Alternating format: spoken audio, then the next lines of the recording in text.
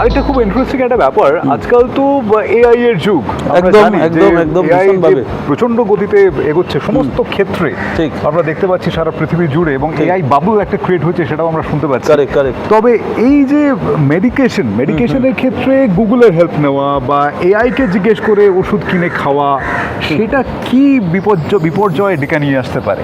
দেখুন, হিউম্যান টাচের কোনো বিকল্প হতে পারে না। হিউম্যান টাচ এবং একটা ধরুন মাল্টিপল স্পেশালিটি, একটা শরীর একটা, কিন্তু মাল্টিপল স্পেশালিটির কিছু ইন্টারাকশান থাকে আর কিছু উইজডম থাকে।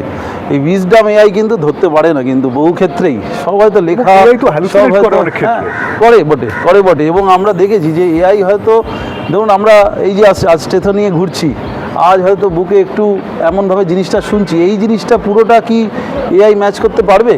আমার হয়তো এখন ইউএসজি মেশিন বেরিয়েছে যার মধ্যে এআই এনেবল টুল আছে, কিন্তু স্টেথোর মধ্যে একদম এআই এনেবল টুল সে বলে দিচ্ছে যে এই কী কেন্দ্রিক, এটা আমরা হার্টটা এরমভাবে শুনছি, এরমভাবে রেসপিরেশন শুনছি, আমার ব্রেন ছাড়া কি সেটা অ্যানালাইজ করা সম্ভব? আমার মনে হয় একদমই সম্ভব নয়। ওই জন্য এআই আসবে, সেটাকেও আমাকে অস্বীকার করা চলবে না। We have to engulf that also, but it's not at the cost of that wisdom, not at the cost of human that touch, with that human touch, that empathy which a doctor shows to a patient. It cannot replicate that. ও হয়তো একটা generalise করে একটা medication বলে দিল, কিন্তু তার পেছনে যদি হিউম্যান ইন্টারভেনশন না থাকে, সেটা কিন্তু ডেঞ্জারাস হতে পারে। কোনোদিনই ভালো লাগবে না, একটা কাস্টমার হিসেবে ভালো লাগবে না একটা পেশেন্টের, আমার মনে হয়। একদমই হিউম্যান টাচ না পেলে কোনোদিন ভালো লাগবে না। পেশেন্টের যে ট্রাস্ট যেটা বিল্ড হয় ওভার টাইম, যেটা তৈরি হয়। ঠিক।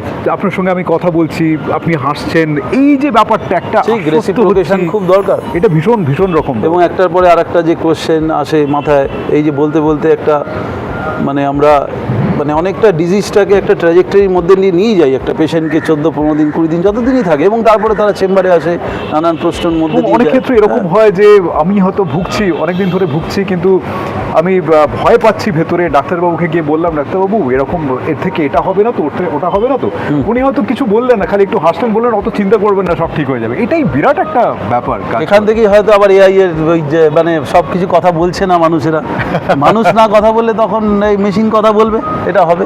কিন্তু আমার মনে হয় it cannot be a substitute of that human touch, human feeling.